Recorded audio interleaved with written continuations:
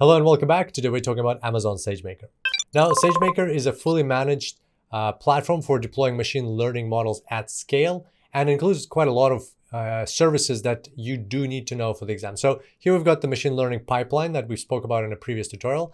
And now we're going to see what services SageMaker has to apply to this pipeline or to allow you to work with this pipeline. So here's the SageMaker logo. First service, one of the services you need to know is SageMaker Data Wrangler. It helps you with these first three steps to collect data, explore data, pre-process data. Next one is SageMaker Feature Store, which allows you to store features and share them between models.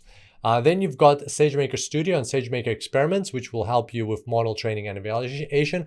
Actually, SageMaker Studio is more broad and will help you with a lot of these things, and that's your central hub of interacting with SageMaker. But it does play a huge role in these two parts, especially. And SageMaker Experiments allows you to track your experiments with different versions of your model. Next one is SageMaker Automatic Model Tuning, or AMT, that helps you with the hyperparameter tuning.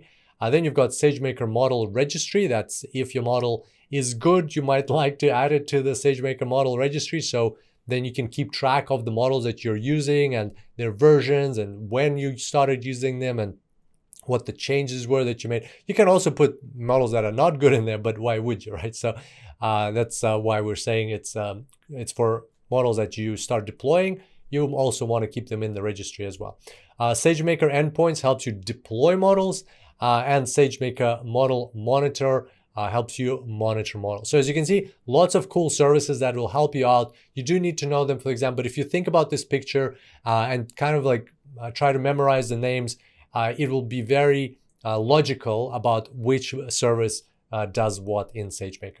So one last one at the bottom there, SageMaker Pipelines. It allows you to put all of this into pipelines and into like proper CI/CD pipelines and things like that. And we'll talk a bit more about that in another tutorial.